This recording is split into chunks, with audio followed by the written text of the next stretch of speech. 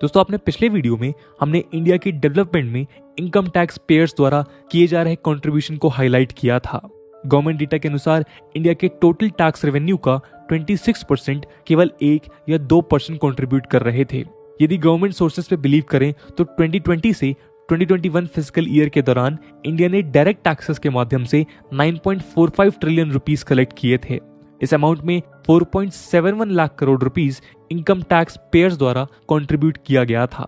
इसे यूं भी देखा जा सकता है कि केवल 1 या 2% इंडियंस ने गवर्नमेंट को 4.71 lakh crore rupees as tax submit किया है।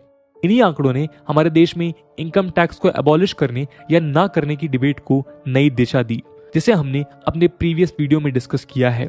दोस्तों आज का वीडियो इनकम टैक्स को एबॉलिश करने या ना करने के ऊपर नहीं, बल्कि गवर्नमेंट इनकम टैक्स पेयर्स को क्या एडिशनल बेनिफिट दे सकती है उस पे बेस्ड है। इस डिस्कशन के माध्यम से हम उन ऑप्शंस को तलाशने का प्रयास करेंगे जिसके माध्यम से गवर्नमेंट एक important but invisible tax payers के एफर्ट्स को रिकॉग्नाइज कर सकती है। आइए शुरू करते हैं आज का डिस्कशन। दोस्तों इनकम टैक्स पेयर्स के नैरेटिव को समझने से पहले हमें यह समझना जरूरी है कि जहां एक और दूसरे टैक्सेस स्पेंडिंग या खर्च पर लगाए जाते हैं, वहीं इनकम टैक्स किसी पर्सन की कमाई पर लगाया जाता है। ये वो इनकम होती है जो एक पर्सन मंथ लॉन्ग एफर्ट्स के बाद अर्न करता है। ये तो कॉर्पोरेट टैक्स भी कंपनीज की अर्निंग पे लिवाई की जाती है, लेकिन ये एक इंस्टीट्यूशन के ऊपर प्लेस किया जाता है, ना कि उनके ओनर या किसी इंडिविजुअल पे। इनकम टैक्स पे करने वाले इंडिविजुअल्स की मेन आर्गुमेंट ये होता है कि जहां एक और वो अपने मेहनत से अर्न किए गए पैसे पर टैक्स को देते ही हैं, साथ में जब वो उसे स्पेंड करने जाते हैं तो उनसे दोबारा टैक्स कलेक्ट किया जाता है, इनडायरेक्ट टैक्स जैसे जीएसटी के रूप में। मतलब ये कि यदि पैसे अर्न करो तो भी टैक्स देना पड़ेगा, और उस ऑलरेडी टैक्स इनकम को स्पेंड करने जाओ तो दोबारा टैक्स देना पड़ेगा। छोटे छोटे आर्टिकल से लेकर रेस्टोरेंट बिल्स और ग्रोसरी शॉपिंग से लेकर व्हीकल परचेजिंग तक हर एक पॉइंट पे इनकम टैक्स पेयर को किसी नॉन पेयर के बराबर ही टैक्स पे करना पड़ता है।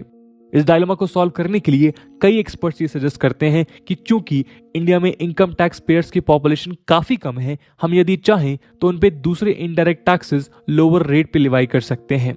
गवर्नमेंट इन टैक्स पेयर्स को आइडेंटिफाई करने के लिए उन्हें कोई स्पेशल कार्ड या पैन नंबर दे सकती है, और इसे शो करने पर उन्हें दूसरे इनडायरेक्ट टैक्सेस से एग्जेम्प्ट करना पॉसिबल हो पाएगा। एग्जाम्पल के तौर पे यदि कोई पर्सन ऑलरेडी एक फाइनेंशियल ईयर में 30% टैक्स ब्रैकेट्स में रहते हुए अपने टैक्सेस पे कर रहा है, तो गवर्नमेंट उसके व्हीकल रजिस्ट्रेशन टैक्स को एग्जेम्प्ट कर सकती है।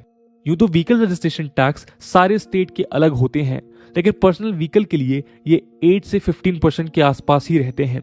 इनकम टैक्स पेयर्स के लिए ये टैक्स वेव किया जा सकता है। सिमिलरली जिस तरह मिनिस्टर्स, एमपीज या एमएलएस को टोल टैक्स से एग्जेम्प्ट किया जाता है, वैसे इनकम टैक्स पेयर्स के लिए भी स्पेशल प्रोविजंस स्टैब्लिश की जा सकती हैं। इन सब के अलावा इनकम टैक्स पेयर्स को कुछ प्रिविलेजेस प्रोवाइड करते हुए ट्रेन या एयर ट्रैवल में government aided additional subsidy provide की जा सकती है।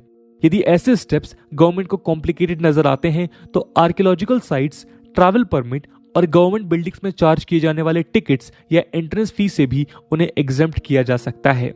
दोस्तों इन स्मॉल एफर्ट से इनकम टैक्स पेयर्स के ऊपर पड़ने वाले टैक्सेशन की डबल इंपैक्ट को कुछ हद तक कम किया जा सकेगा।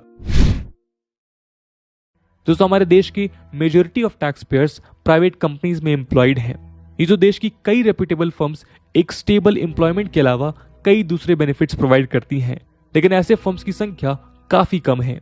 मोस्ट ऑफ द एम्प्लॉयज जो किसी प्राइवेट फर्म से जुड़े हैं, उन्हें सबसे ज्यादा जॉब स्टेबिलिटी की चिंता रहती है।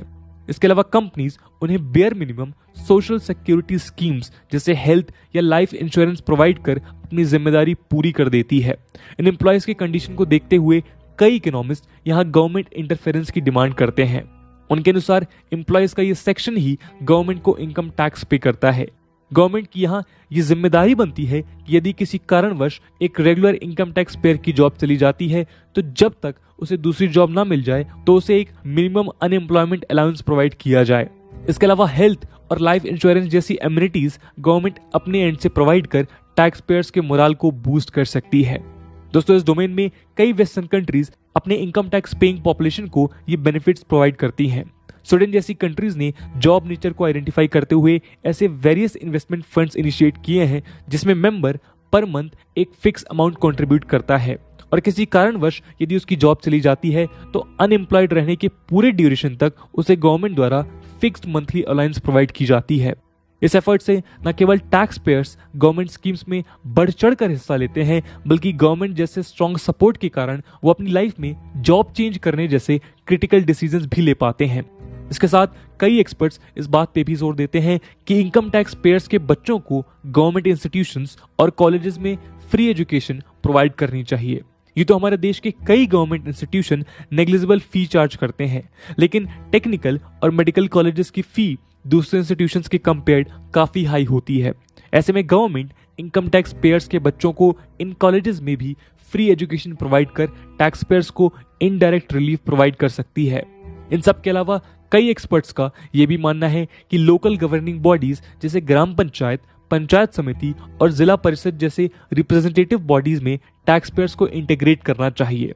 दोस्तों, ये बॉडीज लोकल लेवल पे बेसिक इंफ्रास्ट्रक्चर और एमिनिटीज को कंट्रोल करती हैं, और चूंकि इन्हें फंड करने के लिए गवर्नमेंट टैक्सेस पर रिलाई करती है, तो एक्सपर्ट्स का ये मानना है कि यदि टैक्स पेयर्स को इन बॉडीज में ऐड किया जाएगा तो वो इरेगुलरिटीज को रिमूव कर better and optimum utilisation of funds ensure करेंगे।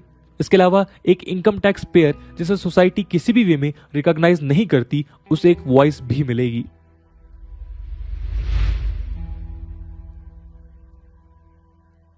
दोस्तों, अभी तक हमने केवल पॉसिबिलिटीज को जाना, जिसके थ्रू एक्सपर्ट्स का मानना है कि इनकम टैक्स पेयर्स को बेटर रिटर्न्स प्रोवाइड की जा सकती हैं। लेकिन इनके अलावा हमें टैक्सेशन के पीछे का कारण समझना पड़ेगा। गवर्नमेंट द्वारा इनकम टैक्स लेवाई करने का सबसे बड़ा कारण है देश की इनइक्वालिटी। टैक्सेशन की मदद से गवर्नमेंट न केवल देश के डेवलपमेंट के लिए वेल्थ जनरेट करती है, बल्कि सोसाइटी में इंक्रीजिंग फाइनेंशियल डिवाइड को भी रेस्ट्रिक्ट करने का प्रयास करती है। इसके अलावा अर्निंग सेक्शन से वेल्थ को चैनलाइज कर मार्जिनल सेक्शन तक डिलीवर करने से हमारे देश में किसी एक सेक्शन का नहीं, बल्कि पूरे सोसाइटी का डेवलपमेंट पॉसिबल होगा। साथ ही एक्सपर्ट्स जिन स्पेशल ट्रीटमेंट्स की बात करते हैं, उनका इम्प्लीमेंटेशन हमारे देश की वास्ट पॉपुलेशन और कॉम्प्लेक्स मशीनरी को देखते हुए काफी कठिन लगता है। हमें ये बात भी समझनी चाहिए कि इनकम टैक्स पेयर्स को आइडेंटिफाई कर स्पेशल ट्रीटमेंट देना एक तरह का इकोनॉमिक डिस्क्रिमिनेशन भी है, और इसके अगेंस्ट सोसाइटी का वो सेक्शन भी वॉइस रेज कर सकता है जिसे लैक ऑफ अपॉर्चुनिटीज के कारण आज तक अर्न करने का मौका ही नहीं मिला, और वो एक आइडियल इनकम टैक्स पेयर बनने में नाकाम रहा। लोकल बॉडीज में रिप्रेजेंट होने से इस बात की आशंका जताई जाती है कि फिर वो बॉडी केवल उन सेक्शन या एरियाज के डेवलपमेंट पे फोकस करेगी जिससे टैक्स पेयर्स का डायरेक्ट रिलेशन है। इस बात की संभावना है कि मेजर वॉइस होने के कारण वो अपने एरियाज को अंडर डेवलप्ड और एक्सक्लूडेड पॉपुलेशन को कंप्राइज करते हैं। डेवलपमेंट का फोकस वहां होने की जगह उन एरियाज पे होगा जिसमें टैक्स पेयर्स खुद इंटरेस्टेड हैं। दोस्तों, इस बात में कोई शक नहीं कि इंडिया की 1 या 2% पॉपुलेशन जो इनकम टैक्स पे करती है, वो गवर्नमेंट के लिए आज मेजर सोर्स ऑफ रेवेन्यू है। इसके अलावा ये वो सेक्शन है जिसे उसके एफर्ट के लिए आज भी रिकॉग्नाइज नहीं किया जाता। हम में से कई लोग नहीं जानते होंगे कि हमारे आसपास बैठे शख्स ने अपनी अर्निंग से कितने पैसे गवर्नमेंट को नेशन के डेवलपमेंट के लिए टैक्स के रूप में कंट्रीब्यूट किए। ऑल्दो इन्हें आइडेंटिफाई कर इंसेंटिवाइज करने की प्रक्रिया जटिल है, लेकिन आज जरूरी नजर आ रही है। एक इनकम टैक्स पेयर के लिए अपनी कंट्रीब्यूशन की रिकॉग्निशन न मिलना आज सबसे दुखद समस्या है। इनविजिबल होने के कारण लोग इनकम टैक्स डिवोशन के साथ कम और मजबूरी के कारण ज्यादा पे करते हैं। यदि गवर्नमेंट ऐसे मैकेनिज्म डिराइव करे जिससे इन टैक्स पेयर्स को इनके कंट्रीब्यूशन के अनुसार इंसेंटिवाइज किया जा सके, तो न केवल एग्जिस्टिंग टैक्स पेयर्स और रिस्पॉन्सिबिलिटी के साथ टैक्स पे करेंगे, बल्कि सोसाइटी का वो मेजर सेक्शन जो आज तक टैक्स एवेड करता आया है, वो भी इनकम टैक्स पे करने के लिए मोटिवेट होगा। तो दोस्तों, ये था एनालिसिस कि क्यों टैक्स पेयर्स को रिकॉग्नाइज करना आज के जमाने में बहुत इंपॉर्टेंट है। इस पूरे मुद्दे को लेकर आपका क्या ओपिनियन है, कमेंट सेक्शन में जरूर बताइएगा। आज की वीडियो के लिए इतना ही। आई होप आपको वीडियो पसंद आई होगी, और अगर पसंद आई है तो अपने दोस्तों के साथ शेयर करना मत भूलिएगा। हम मिलते हैं अगले वीडियो में, तब तक के लिए जय हिंद, जय भारत।